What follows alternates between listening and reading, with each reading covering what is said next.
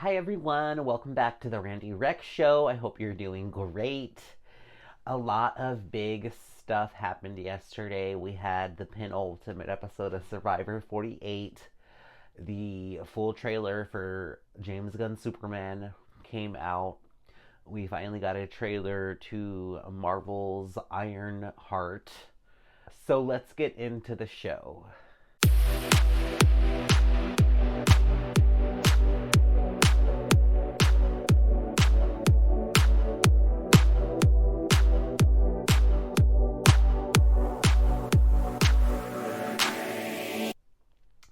Today is a very special day for me. It's my father's 61st birthday. I am 37 and my father passed away when I was 7. So that's 30 years ago now. And obviously, it being so early on in my life, sadly, there isn't a lot of, I feel like there's not a lot of him with me right now at this moment in my life. At least nothing, obviously, like nothing of who he, I don't know how to say this. I don't want to say nothing of what he was, because a lot of what he was is within me. I am his child, obviously, that goes without saying, but I guess I'm speaking more to like the memories and the impression of like the memories. I have memories of him, but it's not a lot of it's just not a lot. um and obviously, with anyone that is no longer with you, you want as many memories as possible. So even though there are so many aspects of my father that are within me today, there just isn't something about the way he talked, or there isn't a piece of advice that he gave me that I can readily hold near and dear, and something that really holds relevance in my life today as an adult. I remember him teaching me how to tie my shoes. I remember him helping me with my homework. But as far as just like, I guess I should be grateful for that, and I am. But again, I wish I had more memories with him. I wish I had more recent memories with him. I wish I had memories where I can recall, oh, yeah, like, he's like this, and I'm like that too. Or, oh, he told me this one time. Um, and that always stays with me, or like, just something like that, like that. And I'm sure that that's a very common thing. But, it's, on the other hand, it's sad as well, because it's not like I am like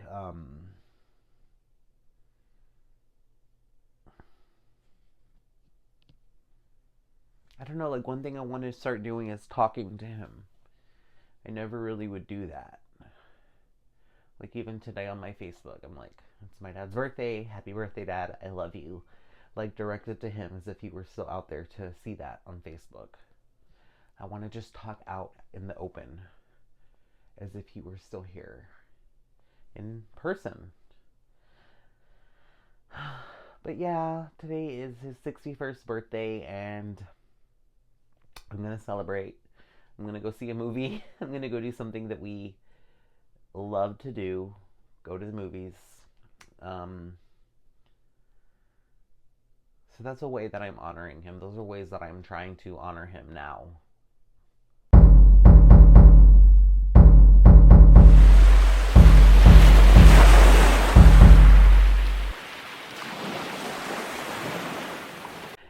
Right after Tribal, at the beginning of the episode, we only hear from Eva and Mitch. And Mitch is saying how now is the time to make a move. Oh, Mitch. Oh, Mitch, if only you knew how much People are dragging you for this. I felt like this entire episode, Mitch was saying things that people have been dragging him for. I'm just like, oh no, you're not making it any better. My heart goes out to you. I love you. And then Eva is talking about how, it's the final six, and she has an alliance of four, and she's coming up pretty. Everything is coming up Eva. The following morning, we get the three men, excluding Mitch. So that's Joe, Shaheen, and Kyle. And they're talking about this next stage in the game and how they're ready for it. But that it is taking a toll on them. Eva joins them, and they talk about who they're voting out next, which they all agree is Mitch. Then the next morning, they get tree mail letting them know about their challenge, and they all are speculating that it's an upper body strength challenge, and they're right. This leads to Shaheen complaining about the lack of challenges geared towards his beautiful legs. And it was so awkward for me because I had so many feelings where this is this beautiful man talking about how beautiful he is, and I'm here with my family. It was just so awkward. But Shaheen is gorgeous. He's so gorgeous. And I love him. But he wins that challenge. Ironically enough, even though it isn't a leg challenge, he takes Kyle and Joe with him on the reward, where they get to eat, but they also get family letters from their loved ones. It's just so crazy because this is the downfall of Shaheen. So they're there at the challenge, they're eating, they enjoy their letters, they bond. Kyle gets a letter from his dad. Shaheen and Joe's fathers have passed away.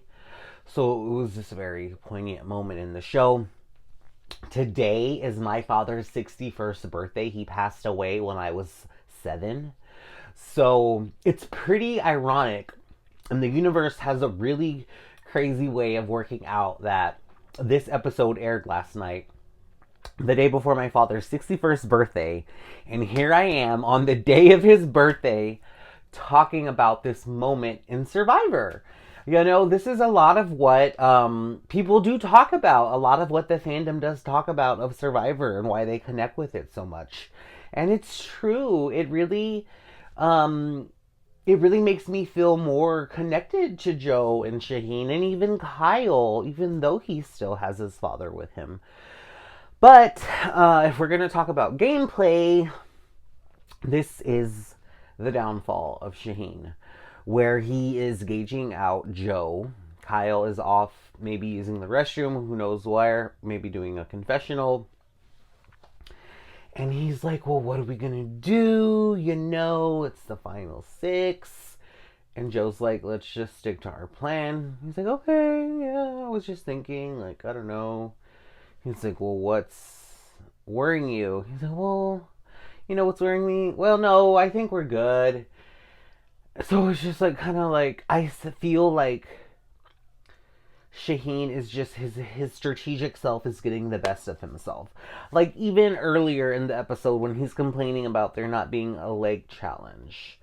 God forbid, I would never take away him showing off his beautiful legs to us like that. But I told my cousin during the episode, I'm like, he's annoying me this episode. He's being very condescending.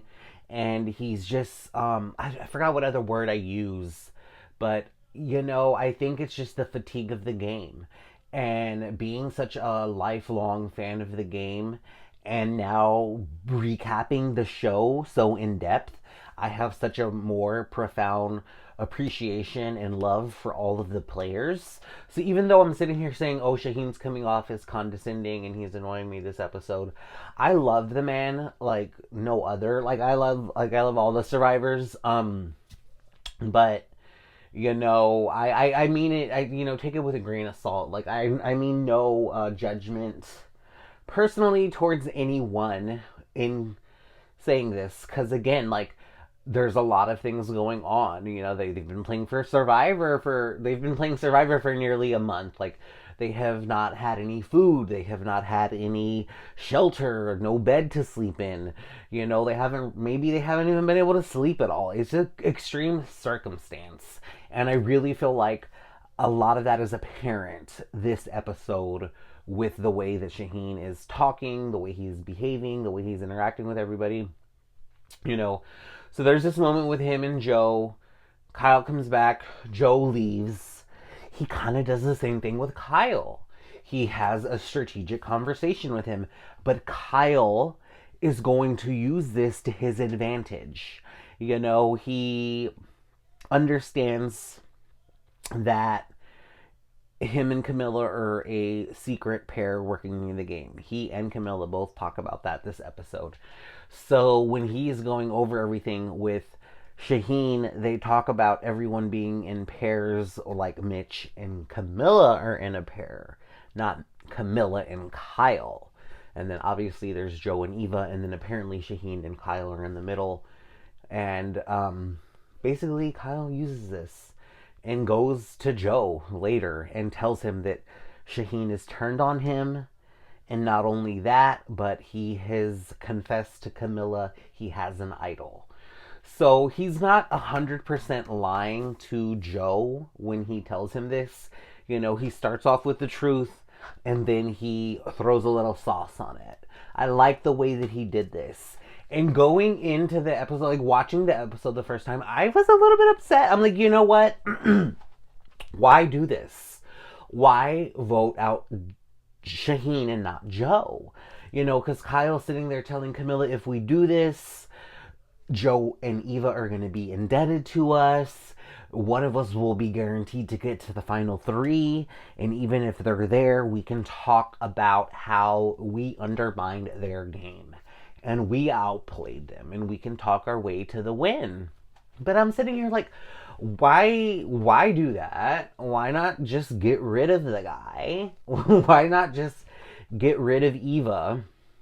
But in the reward, when Kyle and Shaheen were talking, one point Kyle makes is that he doesn't want to do Shaheen's move, which is what, you know, Shaheen comes to him and proposes getting out Eva, which was music to my ears. I want to get one of the pair of Joe and Eva out, or one of the two of those out. But this way, now Joe and Eva are indebted to Kyle and Camilla. They think that they're still on their side. And then so hopefully Kyle and Camilla coming into this finale will be able to leeway the numbers that they have with Mitch, the three of them against Joe and Eva, and they'll be able to get them out of the game. That is my hope and a prayer. Joe and Eva, I love you really a lot. And you know, to be 100% frank, if that doesn't happen and Joe ends up winning, or even Eva, I'll be happy with that. A lot of people I know won't be, but you know, I'm not going to be one of them. Sure, it's not the season I want. I just outlined the season that I want. That's my prediction of what I want to happen. So now, going into the finale next week, Kari's team has been whittled down to half over the last couple episodes. But hey, you know, that's really good odds. He has Camilla and Kyle. God, I hope he wins. Virgie, of course, is still in it. One of probably the top performer in our draft picks. She has Joe and Eva. She's really coming in hot with Joe. Like, that's a good pick. And then, of course, Evotny still has Mitch. Mitch is still hanging on in there in the game. Now, I don't really think he has a shot to win. I said that in a previous episode or two ago. I was really being hyperbolic. I love Mitch. I do think that he has obviously, even more so now, the opportunity to get to the final three and make a good argument for himself. He has that pathway. He has that opportunity.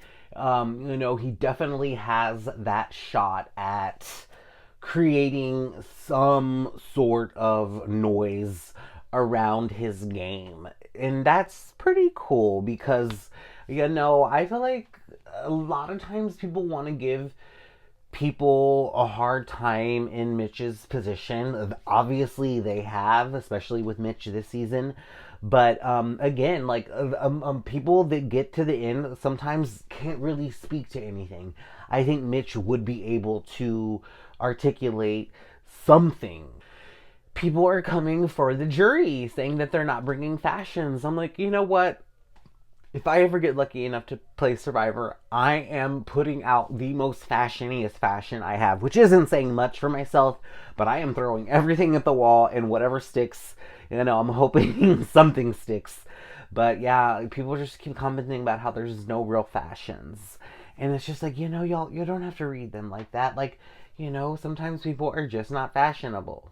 Mitch and Camilla were frustrated that Shaheen picked Joe to go on the reward because he's the enemy and they're feeding him and they're fueling him and he could potentially win the immunity challenge.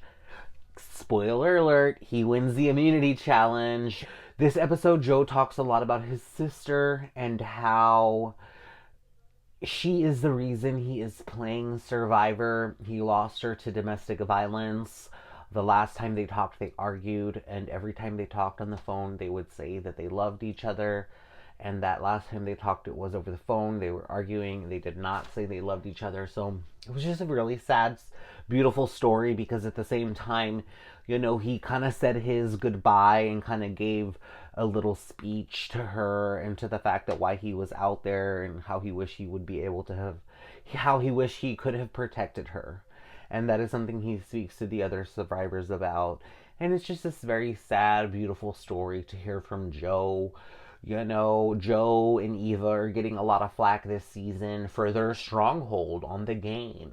And from my perspective, again, if I were ever lucky enough to play Survivor, I would go batshit crazy if I was able to write it out as far as they have been able to, as strongly and securely as they have been able to. Now, someone has definitely said this on a podcast recently, but from a viewer standpoint, that's pretty boring. Thank you for tuning into the show. I had a blast. I hope you had a blast. There's only one more episode left to Survivor. And there is only one more episode left this season of The Randy Rex Show. So make sure you are subscribed. Make sure you are liking. And make sure you tune in next week.